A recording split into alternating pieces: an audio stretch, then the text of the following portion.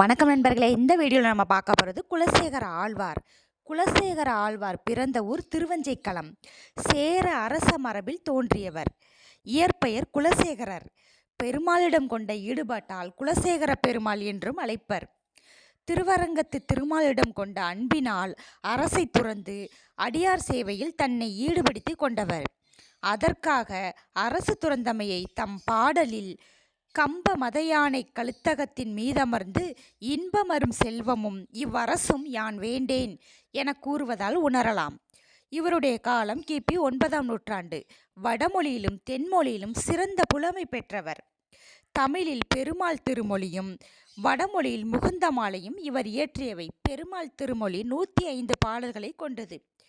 பாடல்களில் தம்மை கோழிக்கோன் கூடல் நாயகன் கொல்லிக்காவலன் என்பர்.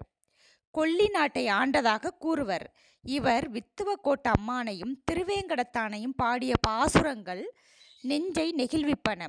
திருவேங்கட மலையின் படியாக கிடந்து திருமாலின் பவளவாய் காண விரும்புகிறார். எனவே ஒவ்வொரு வைணவ திருக்கோயிலிலும் இறைவனின் கருவறைக்கு முன் உள்ளபடி குலசேகரன் படி என்ற பெயரில் வழங்கப்படுகிறது. அதுபோல வாளால் அறுத்து சுடினும் மருத்துவன் பால் மாளாத காதல் நோயாளன் போல் வித்துவக்கோட்ட அம்மானிடம் தான் அன்பு கொண்டிருப்பதாக கூறுகின்றார்.